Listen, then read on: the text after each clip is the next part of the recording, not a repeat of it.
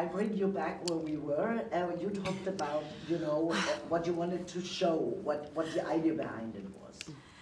Well, yeah, and you're sort of saying the psychology of kind of addiction and people kind of craving and more and more and more, and that's, I don't know, that's that kind of urge and area of our brains is something that so many of us grapple with in different ways, like you said, whether it's being addicted to exercise or whatever. But as with a lot of things that people do, I guess I'm interested in sort of figuring out what the sort of, even when it's like pushing people to sort of weird extremes or dangerous or irresponsible, bad extremes, often it kind of comes back to a similar feeling of just wanting to feel alive or seen or connected and make I think all make of life that, work. alive and seen, absolutely, yeah, absolutely. And you know what I loved so much? It's an edgy movie, and I really miss edgy movies, you know? I miss that somebody is like frank and brutal in a good way, if that is a good way, you know, showing things, how they are and how people work. And this was very daring, and you have a very good actress. Absolutely. So, actresses, I have to say. Because I do interview with you, Kristen, since the beginning, I'm long in the business, and I had the feeling when I see you evolve, and it's so nice for a journalist to see, wow, you know, the path you have. Are you today the woman you always wanted to be? Is that too much? Yes, and that is very lucky, but it, you know, I think that everyone's on a road to being their true selves. I've never sort of felt like pointedly not that. Yeah, but of course, like, we change every day. We evolve. We're you know, evolving creatures. But yeah, I feel, you know. Does anyone ever actually go, I have arrived? I've arrived. Yeah. I think somebody No more progress now. have an attitude like that. I do think so. Yeah, no, I have a lot more to do, say, figure out. I'm barely there. But you're on a good path, I can tell you. Thank you. But you also feel like when I see you on screen, the comfort you have, you know, and I think it has to do with life experience also. The longer you live and make experiences, does that help you as an actress? Absolutely. I recently heard, I think Cillian Murphy was like, you have to act for 30 years before you're ever going to be even good, like even a little bit good.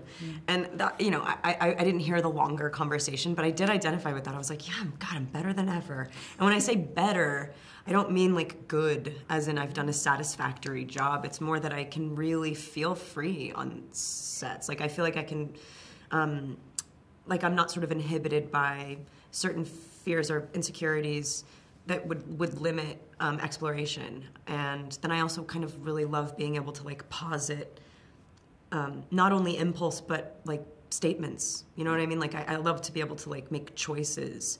And when I was younger, I was a little bit more fly by the seat of my pants and self-conscious, and yeah, it just was debilitating for being a performer. And so yeah, no, I think you get better every day. Like absolutely, yeah. Yeah.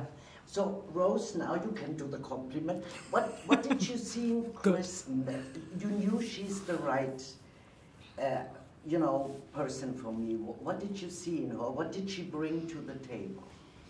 Oh my God, it was just really instinctual. I don't know, from very early on writing this character, I just knew that Kristen would be amazing doing it. So I was really glad that she said yes. And I just really loved the idea of her playing this kind of, sort of like a weird modern version of like a film noir anti-hero kind of classic thing. Brooding, smoking too many cigarettes and haunted by the past. But, you know, imbue that with something also like nutty and kind of like vulnerable and neurotic and, I don't know, you know, all of... She had everything I wanted for Lou.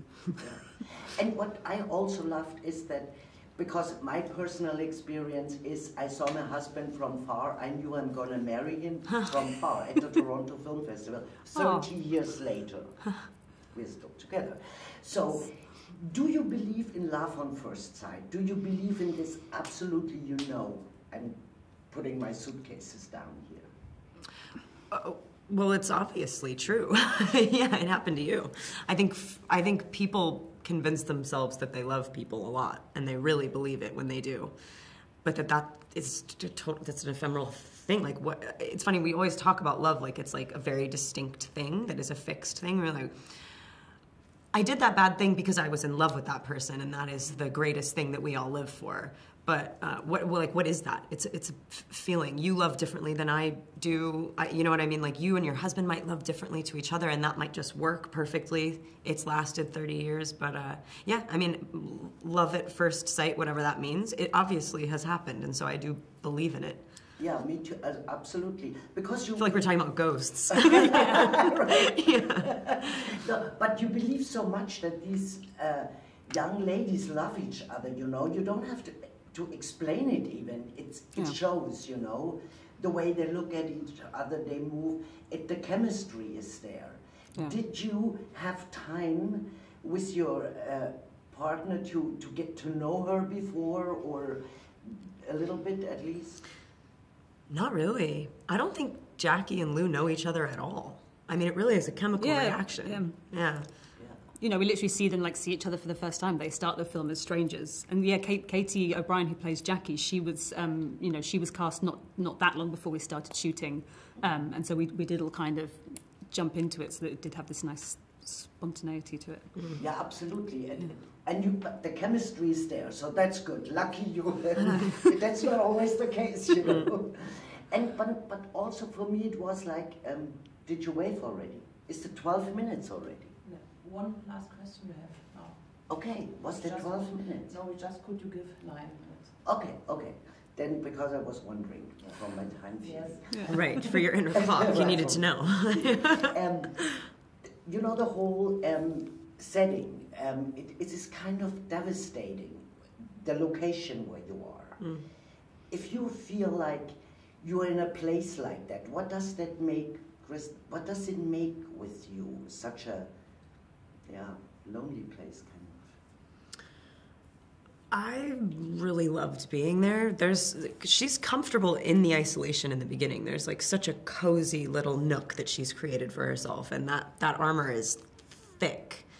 And to be honest, it's nice in there. It's warm. I loved the apartment when I first saw it. It's designed so well. Yeah. Her apartment's like this kind of little cocoon, but I guess the town itself and the sort of wider world, I suppose it's always, like you said, on the one hand it is sort of safe and secure in that it's familiar, but it's also kind of oppressive in keeping her stuck where she is. So I guess I like the idea of her feeling a bit, and the town to feel a little bit adrift from the wider world and quite isolated, like sort of, you know, Lone Star kind of feeling. Absolutely. Thank you so much for the movie.